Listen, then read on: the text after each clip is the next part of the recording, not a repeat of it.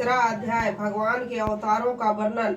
श्री सूत जी कहते हैं, सृष्टि के आदि में भगवान ने लोकों के निर्माण की इच्छा होते ही उन्होंने महत्व आदि से निष्पन्न पुरुष रूप ग्रहण किया।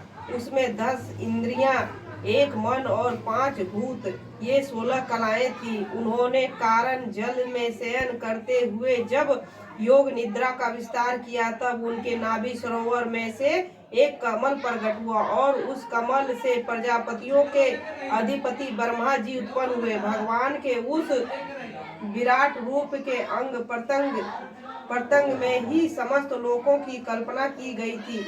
वह भगवान का विशुद्ध सत्वमय श्रेष्ठ रूप है। योगी लोग दिव्य दृष्टि से भगवान के उस रूप का दर्शन करते हैं। भगवान का वह रूप हजारों पैर, जांघें, भुजाएं और मुख के कारण अत्यंत विलक्षण है। उसमें सहस्त्र सिर, हजारों कान, हजारों आंखें और हजारों नासिकाएं हैं। हजारों मुकुट, वस्त्र और कुंडल आदि आभूषणों से वह उल्लसित रहता है। भगवान का यही पुरुष रूप, जिन्हें नारायण कहते हैं, अनेक अवतारों का अक्षय कोश है। इसी से सारे अवतार प्रकट होते हैं। इस रूप के छोटे से छोटे अंश से देवता, पशु, पक्षी और मनुष्य आदि योनियों की सृष्टि होती है। उन्हीं प्रभु ने पहले कुमारा सर्ग में सनक,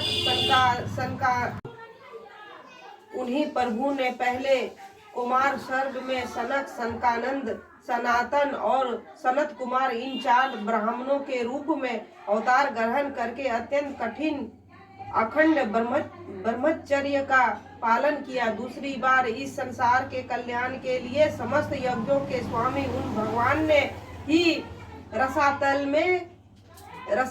में गई हुई पृथ्वी को निकाल लाने के विचार से शुकर रूप ग्रहण किया। ऋषियों की सृष्टि में उन्होंने देवऋषि नारद के रूप में तीसरा अवतार ग्रहण किया और सात्वत तंत्र का, जिसे नारद पंचरात्र कहते हैं, उपदेश किया।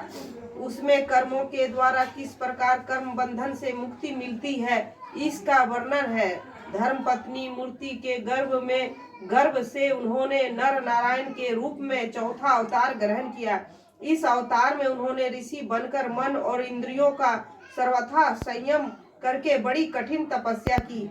5वें अवतार में वे सिद्धों के स्वामी कपिल के रूप में प्रकट हुए और तत्व का निर्माण करने वाले सांख्य शास्त्र का, जो समय के फेर से लुप्त हो गया था, आसुरी नामक ब्राह्मण